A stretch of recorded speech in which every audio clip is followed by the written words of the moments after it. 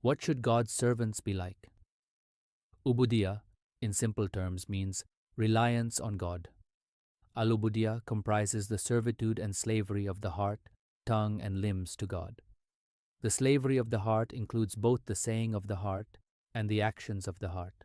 So, Al-Ubudiyya is a comprehensive term, meaning, you alone do we worship, and you alone do we seek for help.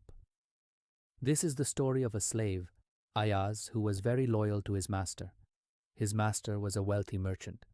Unfortunately, the wealthy merchant went bankrupt. He had to sell off all his belongings to pay off the debt until he had nothing left except for his slave Ayyaz. Still, a major part of the debt stood unpaid. As a solution to the problem, Ayyaz suggested to his master to sell him in the slave market. To this, the master exclaimed, "My debt is larger than your value, Ayyaz."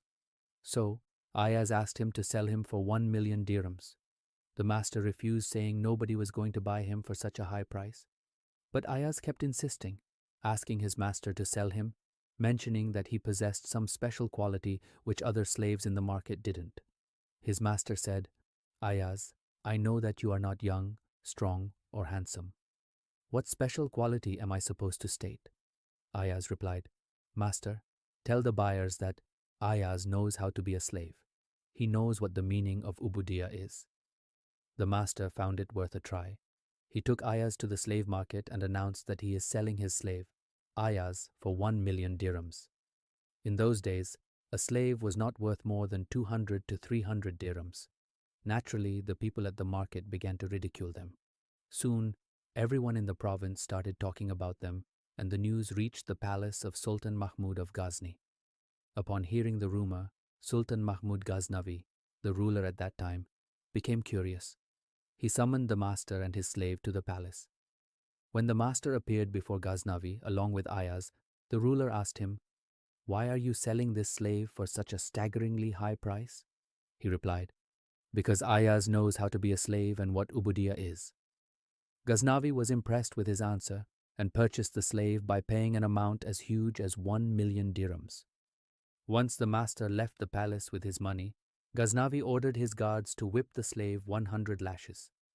While these lashes were going on, Ghaznavi suggested one of his wazirs, i.e., vizier, a high-ranking political advisor or minister to a king, to go to slave Ayyaz and whisper in his ear to plead to Sultan Mahmud Ghaznavi to stop the whip. The wazir whispered in Ayyaz's ear, telling him to question Sultan, "O Sultan, why are you whipping me?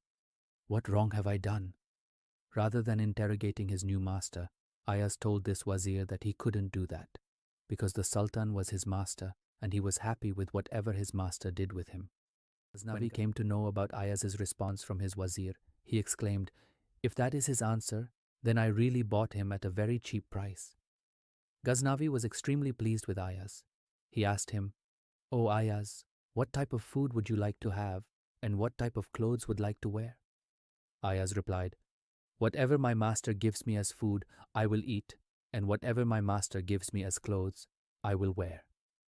With time, Ghaznavi grew so fond of the qualities of his slave Ayyaz that he made him the chief vizier, chief minister, of his court.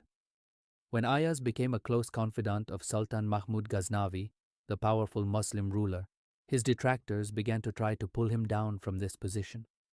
One day, two of the ministers came to Sultan Mahmud Ghaznavi and said, "Ayyaz has stolen a lot of ornaments and treasure, and he has kept all of them in a room which he has locked. Every morning he visits that room and does not allow anyone else in." On hearing this, Ghaznavi became skeptical about Ayyaz's dealings and ordered to break open the door the next morning and bring to him whatever was stored in that room. The next morning, these people took tools and broke the lock of the door and stepped into the room. They, however, did not find anything except for a cotton sheet and a pair of old leather slippers. They couldn't believe it and thought that the treasure must be buried underground. Otherwise, what was the need for him to visit this room every day if it contained only a torn sheet and old leather slippers? Hence, they dug the floor of the room, but alas, were unsuccessful yet again. They informed the ruler about the same.